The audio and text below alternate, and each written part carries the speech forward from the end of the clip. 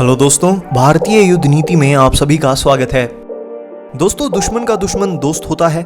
US के दुश्मन Iran और चाइना के इश्क के चर्चे दुनिया में चल रहे हैं। ईरान भारत की गोल्ड डिगर गर्लफ्रेंड है जो मुनाफा देख के चाइना की होती जा रही है। बात है 2015 की, जब यूएस ने अपनी एक्स ईरान से पैचअप करते हुए उस पे से सैंक्शंस हटा दिए थे। ईरान का रिबाउंड बना भारत, जिसने 2016 में इन सैंक्शंस के हटने पर उसे चाबहार पोर्ट के रूप में $1.4 बिलियन का तोहफा दिया। असल में भारत अफगानिस्तान और यूरोप से क्लोजनेस बनाने का जरिया ढूंढ रहा था। भारत का चाबहार पे खर्चा करने के 4 ऑब्जेक्टिव्स थे। पहला, चाबहार से अफगानिस्तान और अफगानिस्तान के बाद यूरोप तक का रेल रास्ता बनाने की कोशिश, ताकि ये रास्ता छोटा हो सके। आप इस मैप में देख सकते हैं आज ये रास्ता कितना लंबा पड़ता है। दूसरा रीजन था कि स्ट्रेट ऑफ हॉर्मुज पे वॉच रखना, क्योंकि दुनिया का ज्यादातर तेल यहीं से जाता है।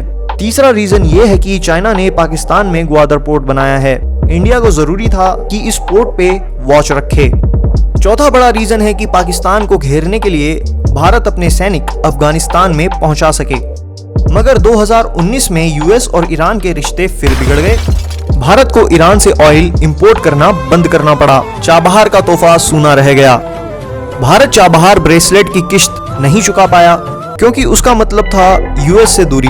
सैंक्शंस के कारण ईरान में इक्विपमेंट इंपोर्ट करना भी बहुत मुश्किल था। चाइना अपनी नालायक गर्लफ्रेंड पाकिस्तान से परेशान होकर ईरान की बाहों में चला गया। पाकिस्तान चाइना से इतने लोन ले चुका है जो उसने अंतर्राष्ट्रीय मुद्रा कोष यानी IMF से भी नहीं लिया है, और लोन रीपेमेंट में पाकिस्तान आनाकानी करता है। अपनी पेमेंट ऑब्लिगेशंस को कम करने की मांग करता रहता है। चाइना को पाकिस्तान से आखिर मिला क्या? ग्वादर पोर्ट से मिली स्ट्रेटेजिक एडवांटेज को भारत ने ऑलरेडी चाबहार से न्यूट्रलाइज कर दिया था। इसके अलावा बलूच लिबरेशन आर्मी का डिस्टर्बेंस और इस देश की अपनी मुसीबतों से चाइना थक गया था। पाकिस्तान कभी यूएस की हुआ करती थी, मगर कटोरा लेके आजकल पूरी दुनिया में भीख मांगती फिरती है। कभी IMF तो कभी सऊदी तो कभी चाइना। चाइना को अब ईरानियन करी पसंद आने लगी है। ये लोन भरेगी या नहीं पता नहीं, मगर तेल अगले 25 सालों के लिए बहुत सस्ते में देगी।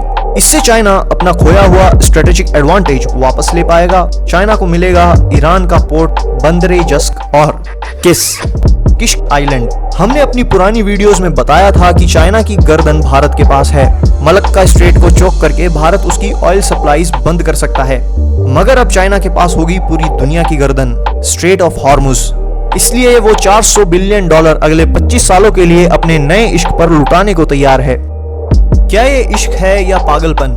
$400 बिलियन चाइना का एक साल का एक्सपोर्ट और इंपोर्ट का सरप्लस है। ये ईरान की एक साल की GDP से थोड़ा सा कम है। दोस्तों, ये समझ लीजिए कि ये किसी सी ग्रेड एक्ट्रेस को अगले 25 सालों के लिए हॉलीवुड कॉन्ट्रैक्ट मिलने जैसा है। ईरान की फीलिंग्स अभी भी भारत के लिए पूरी तरह से खत्म नहीं हुई हैं। चाबहार रेल प्रोजेक्ट में उसने खुद से रेल बनानी शुरू कर दी है, मगर भारत को बोला है कि अगर उसका भविष्य में कभी दिल करे तो वो वापस इस रेल प्रोजेक्ट पर इन्वेस्ट कर सकता है। एक तरफ है भारत के $8 बिलियन, 10 साल की डील और सालों का प्यार जो सैंक्शन से डोल गया है।